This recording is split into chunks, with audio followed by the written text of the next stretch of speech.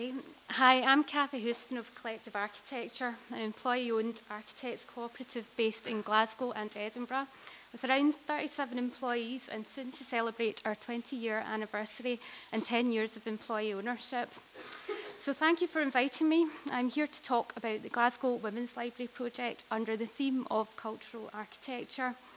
This is an interesting project for us, important for the office, and a part of Glasgow, the East End, that we know and love well. For a client that we've actually grown close to, we have shared values of inclusion, community involvement, and our first ever project to be opened by the First Minister, Nicola Sturgeon, so it's a very, very proud moment for us. So I'll start by giving a bit of context to the project. As these photos show, the building has been around for quite a while, opened in 1906, donated to the city by Andrew Carnegie, one of 7 Carnegie libraries in Glasgow. And for those who don't know, Andrew Carnegie is an important Scottish-American philanthropist who donated libraries, galleries and theatres to cities and towns across the world. He sought to bring education and culture to the masses, irrespective of income, social standing. So these are important buildings, bringing cultural capital to those who might not normally have access to that. So it's incredibly important this building remains in community ownership. So it's interesting when looking at how the building reflects the values of an era also. Aside from the obvious, we've got men's reading rooms, women's reading rooms, children's rooms, it's all segregated. Mainly how the book was valued. So actually there was no browsing in this library originally. Books were considered precious. They were held by the librarian and you had to ask for them. So that was quite interesting. As time passed, values changed. The whole idea of the library changed too. The largest rooms parcelled off for other uses, a post office for a while, and more recently as a drop-in centre for elderly. None of these functions suited the building, so it gradually fell into decline, and the community library actually left. So it was through Clyde Gateway that a new use was to be found. And Glasgow Women's Library were in need for a new home, so it was the perfect pairing. So who are Glasgow Women's Library? Glasgow Women's Library are unique. They're the only organisation in the UK operating a museum dedicated to women's history. They are the guardians of a rich archive of books, manuscripts, posters, many other items associated with women's right to vote, and many other important issues to do with equality and empowerment. In parallel, they also function as a library with lending.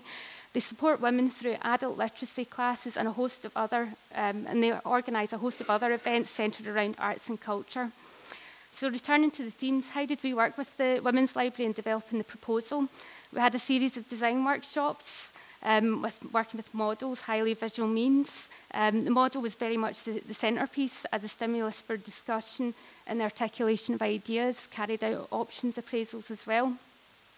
Although the model was to prove incredibly valuable, because not only did it help develop spatial awareness, understanding connectivity, light, and the quality of spaces, it's also useful for fundraising, communicating the whole ideas behind the scheme. So the Women's Library undertook their own visioning exercises that we were involved in, just imagining the journey, how you would arrive in the building and move through. These were important exercises because these were to shape a lot of the decisions that were to come.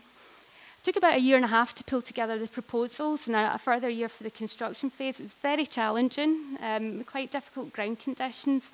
26 steel-driven piles, each 12 metres deep, to consolidate the ground in order to build an archive, concrete box. It's effectively a box inside a box, 4-hour fire-rated enclosure for the storage of these very precious items.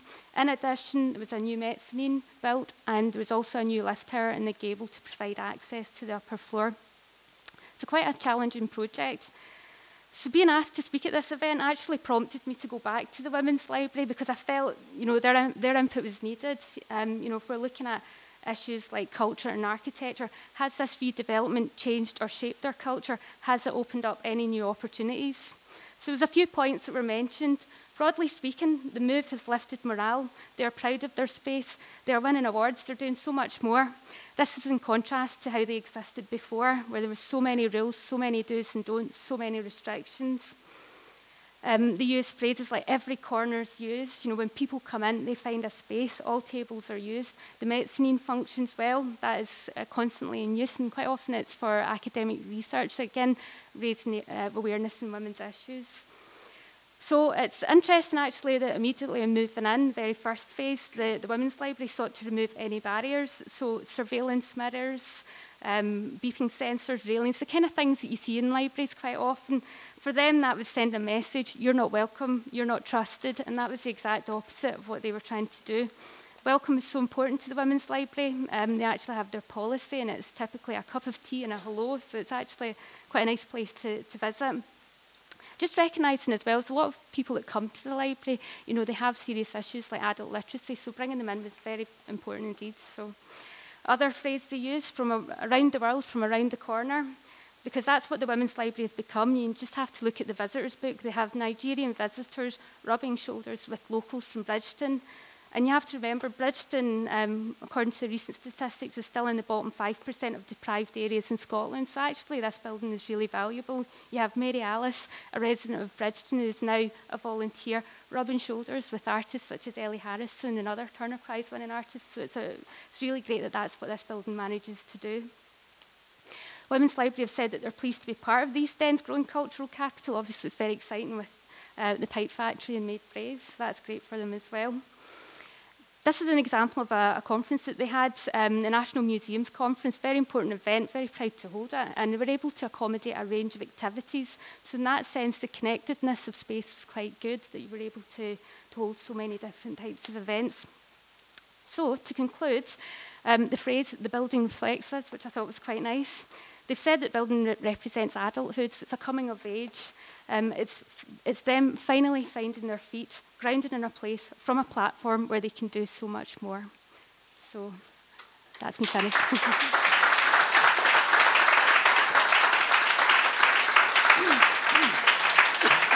Excuse me.